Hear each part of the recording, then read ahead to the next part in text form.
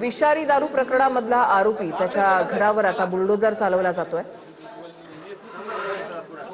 Colonel Singh याचं घर जमीनदोस्त केलं जाणार आहे आणि याच घरामध्ये विषारी दारू बनवली जात होती। पालिकेने याआधी नोटीस दिलेली होती आणि त्यानंतर आता ही कारवाई जी आहे ती केली जाते। संपूर्ण बंदोबस्त आपण या ठिकाणी पाहताय। पिंपरी चिंचवड मधलं आरोपी कर्नल सिंग याचं हेच ते घर ज्या ठिकाणी दारू बनवली जात होती अशी माहिती मिळते। रहिवासी भागामध्ये असलेलं त्याचं हे घर आणि आज सकाळी जर आपण पाहिलं तर शेजाऱ्यांनी त्याच्या घरामधलं सामान जे आहे ते बाहेर काढलेलं होतं। पिंपरी चिंचवड मधल्या विषारी दारू अड्ड्यावर आता यंत्रणांकडून कारवाई केली जाते।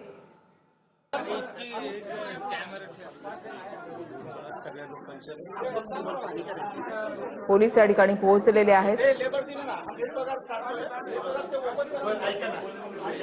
पालिकेचे कर्मचारी देखील दाखल झालेले आहेत।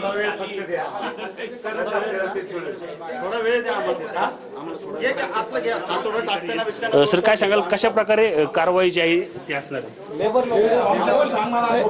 पिंपरी चिंचवड महानगरपालिकेच्या झोपडपट्टी निर्मूलन विभागाच्या वतीने सदर व्यक्तीस 2 जूनला नोटीस देण्यात आली होती आणि आपण ही झोपडी अधिकृत असल्याचे कागदपत्र काय असेल तर सादर करावं अशा प्रकारची नोटीस दिली। दरम्यानच्या काळात त्यांनी तो 24 तासात सादर केलेलं नाही आणि त्यामध्ये आम्ही मेन्शन केलेलं होतं की जर ते अधिकृत असतील तर त्याची कागदपत्र द्यावीत, नसतील तर स्वतःहून बांधकाम पाडावं, अन्यथा महानगरपालिका कारवाई करेल। आणि त्या अनुषंगानं त्यांनी कोणताही रिप्लाय आपल्याला प्राप्त झालेला नाही आणि त्यामुळे माननीय महापालिका आयुक्त डॉक्टर विजय सूर्यवंशी साहेब यांच्या मार्गदर्शनाखाली आणि माननीय पोलीस आयुक्त साहेबांच्या मार्गदर्शनाखाली आपण संयुक्तपणे ही कारवाई या ठिकाणी घेत आहोत आणि हे निष्कासनाची कारवाई थोड्या वेळात सुरू होतोय। किती पोलीस बंदोबस्त जो आहे तो या ठिकाणी लावण्यात आलेला आहे?